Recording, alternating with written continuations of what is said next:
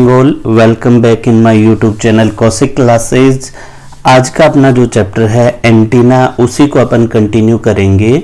जो previous lecture था उसमें मैंने यागी उडा एंटीना जो था उसका कंस्ट्रक्शन, उसका वर्किंग, एडवांटेज, डिसएडवांटेज और एप्लीकेशन डिस्कस किया था। ठीक है, आज अपन जो रोम्बिक एंटीना है उसके बारे में डिस्कस करेंगे। तो देखो, सबसे पहले रोम्बिक एंटीना किस प्रिंसिपल पर वर्क करता है। तो देखो, रोम्बिक एंटीना जो है ट्रेवलिंग वेव रेडिएटर के प्रिंसिपल पर वर्क करता है। ये ट्रेवलिंग वेव रेडिएटर के प्रिंसिपल पर वर्क करता है।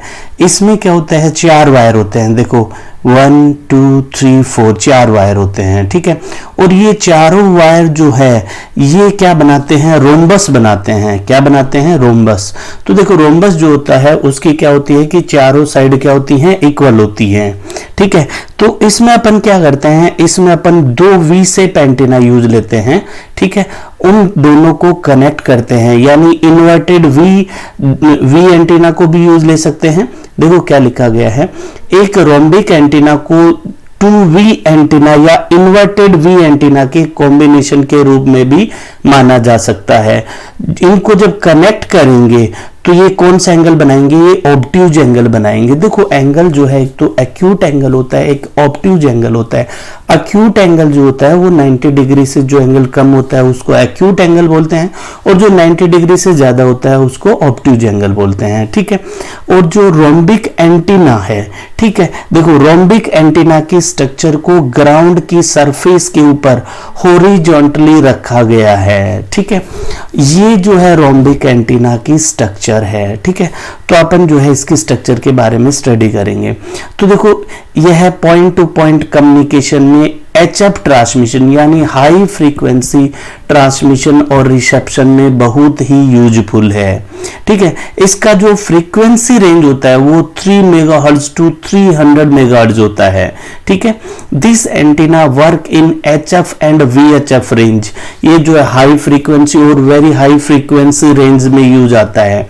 जब इसे ट्रांसमिशन के लिए यूज लेते हैं तब इसे ग्राउंड से H हाइट पर हॉरिजॉन्टली इंस्टॉल्ड किया जाता है। देखो, इस एंटीना को, ये ग्राउंड है और इससे कितनी हाइट पे अपन ने इसको रखा गया है, H हाइट पर रखा गया है। ठीक है, आगे देखो, इसमें इनपुट बैलेंस्ड ट्रांसमिशन लाइन द्वारा दिया जाता है तथा यह नॉन इंडक्टिव रजिस्टर द्वारा टर्मिनेटेड होता है। देखो, इसमें क्या है, ये जो है ट्रांसमिशन लाइन है, ये 2 वायर ट्रांसमिशन लाइन हो सकती है, कोएक्सियल लाइन भी हो सकती है। इसके द्वारा जो है अपन इनपुट फीड करते हैं। ठीक है, अब आगे देखो, और देखो लास्ट में जब अपन इसको टर्मिनेट करते हैं तो अपन नॉन इंडक्टिव यानी इसको रजिस्टर के द्वारा जो है अपन टर्मिनेट करते हैं। ठीक है, अब देखो आगे क्या है, आगे दिया गया है इसमें, इस एंटीना को एंड टू एंड प्लेस किया जाता है। इससे यूनिडायरेक्शनल रेडिएशन पैटर्न प्राप्त होता है। रोम्बिक एंटीना से कौन सा रेडिएशन प्राप्त होता है, यूनिडायरेक्शनल। इसमें जो अपन ने जो टर्मिनेटिंग रेजिस्टेंस लगाया है उसकी वैल्यू 600 टू 800 ओम होती है। इसमें 600 टू 800 ओम टर्मिनेटर रेजिस्टेंस ये क्या करता है, रिफ्लेक्शन लॉस को मिनिमाइज करने के लिए यूज में लेते हैं। ठीक है, rhombic antenna long distance high frequency transmission तथा रिसेप्शन के लिए यूज लेते हैं। ये क्या होता है, एक फिक्स्ड स्टेशन होता है। ठीक है, टर्मिनल रेजिस्टेंस को रिमूव करके यूनिडायरेक्शनल रेडिएशन पैटर्न को बाई डायरेक्शनल में परिवर्तित करते हैं। यदि अपन जो है टर्मिनेटिंग रेजिस्टेंस नहीं लगाएं, ये रेजिस्टेंस अगर अपन कनेक्ट नहीं करें तो ये जो यूनिडायरेक्शनल रेडिएशन पैटर्न है ये किस में कन्वर्ट हो जाएगा, बाई डायरेक्शनल रेडिएशन पैटर्न में कन्वर्ट हो जाएगा। ठीक है, अब आगे देखो, रोम्बिक एंटीना को डिजाइन करते समय आवश्यक रूप से यह ध्यान में रखा जाना चाहिए कि length of all the 4 connective wire must be equal. ठीक है, जिसमें क्वार्टर टू 1 वेवलेंथ या अधिक हो। जो 4 अपन ने वायर लिए हैं उनकी लेंथ क्या होनी चाहिए, इक्वल होनी चाहिए। ठीक है, या तो वो क्वार्टर या 1 वेवलेंथ या उससे ज्यादा होगी। ठीक है, और इसमें जो अपोजिट एक्यूट एंगल हैं, ये एंगल भी क्या होने चाहिए, जो अपोजिट ऑब्ट्यूज एंगल हैं वो क्या होने चाहिए, इक्वल होने चाहिए। ठीक है, समझ गए। अब देखो वर्किंग ऑफ रोम्बस एंटीना, यह एंटीना ट्रेवलिंग वेव रेडिएटर के प्रिंसिपल पर बेस्ड है। ठीक है, तो देखो मैंने पहले भी बताया था स्टार्टिंग में, इसका बेसिक प्रिंसिपल जो है ट्रेवलिंग वेव रेडिएटर पर बेस्ड है। ठीक है, अब अपन क्या करते हैं, जब अपन यहां से इनपुट फीड करते हैं, ठीक है, तो देखो क्या होता है, जब फीड लाइन के द्वारा पावर, ठीक है, अप्लाइड करते हैं, किसके थ्रू करेंगे, 2 वायर ट्रांसमिशन लाइन या कोएक्सियल लाइन के द्वारा एंटीना को प्रदान की जाती है, फिर जनरेटेड करंट रोम्बिक एंटीना के लेग्स के माध्यम से ट्रेवल करती है। ठीक है, अपन ने क्या किया, यहां से सिग्नल को फीड किया, तो ये जो इसके लेग्स हैं इनके थ्रू क्या ट्रेवल करेगी, करंट ट्रेवल करेगी।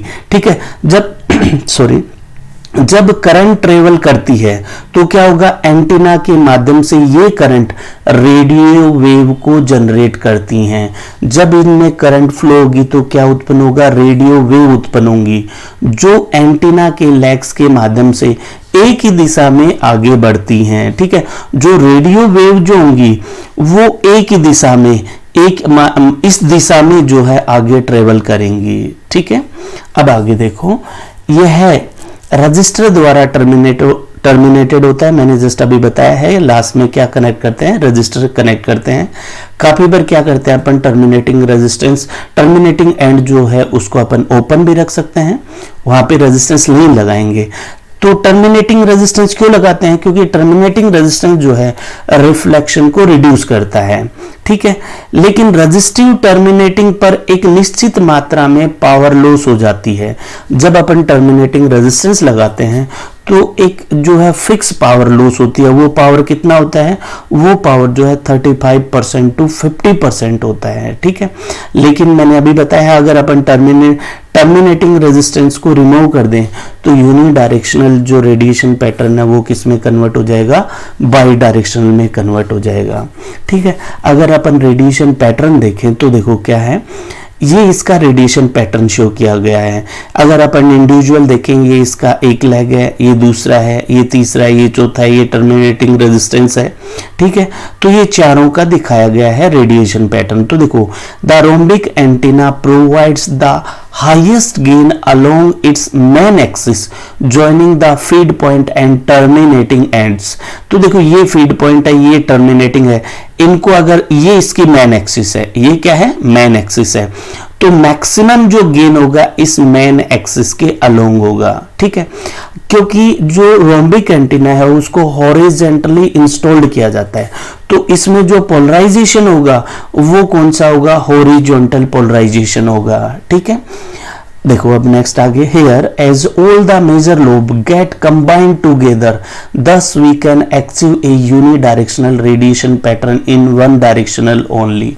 जब अपन ने टर्मिनेटिंग रेजिस्टेंस लगा रखा है और इन सारी जो ये लोब है, ठीक है, ये जो इंडिविजुअल रेडिएशन पैटर्न है इसको कंबाइन करेंगे तो अपने पास रिजल्टेंट रेडिएशन पैटर्न ये आएगा जो कि एक ही दिशा में होगा। ये मेन लोब है, ये क्या कहलाती है, साइड लोब है। ठीक है, तो ये क्या है, यूनि डायरेक्शनल रेडिएशन पैटर्न है। अगर इसको बाई डायरेक्शनल में कन्वर्ट करना है तो ये जो अपना टर्मिनल रेजिस्टेंस है, टर्मिनेटिंग रेजिस्टेंस है, इसको अपन क्या कर देंगे, रिमूव कर देंगे। ठीक है, अब अपन इसकी एडवांटेज देखते हैं, इसके एप्लीकेशन देखते हैं। तो देखो एडवांटेज क्या है, input impedance and radiation pattern are relatively constant. इसका जो इनपुट इम्पीडेंस होता है और रेडिएशन पैटर्न जो होता है वो कांस्टेंट रहता है। अपन क्या कर सकते हैं, मल्टीपल रोम्बिक एंटीना को यूज ले सकते हैं, मल्टीपल रोम्बिक एंटीना कनेक्ट कर सकते हैं। ये जो है सिंपल होता है और इफेक्टिव ट्रांसमिशन होता है इसमें। ठीक है, अब डिसएडवांटेज देखो मैंने अभी जस्ट बताया था, अपन जब टर्मिनेटिंग रेजिस्टेंस, ये जो टर्मिनेटिंग रेजिस्टेंस कनेक्ट करते हैं तो इसके कारण जो है पावर लॉस होता है और वो पावर लॉस जो है 30 to 50% होता है। यानी इसमें क्या है, पावर का वेस्टेज होता है, wastage of power in terminating resistance. ठीक है, दूसरा देखो, ये जो रोम्बिक एंटीना जो होता है जब इसको इंस्टॉल्ड करते हैं तो काफी स्पेस की रिक्वायरमेंट होती है। ठीक है, और जो ट्रांसमिशन एफिशिएंसी एफिशिएंसी है वो भी रिड्यूस हो जाती है। अगर अपन एप्लीकेशन देखें इसका, तो used in HF communication, high frequency communication में रोम्बिक एंटीना यूज लिया जाता है। Long distance sky wave propagation जो है उसमें भी अपन रोम्बिक एंटीना का यूज लेंगे। पॉइंट टू पॉइंट कम्युनिकेशन है उसमें भी अपन रोम्बिक एंटीना का यूज लेंगे। ठीक है, तो ये अपन ने स्टडी किया है रोम्बिक एंटीना। ठीक है, अगर इस एंटीना में कोई भी डाउट है तो आप मेरे को कमेंट करके पूछ सकते हैं। Thank you for watching this video.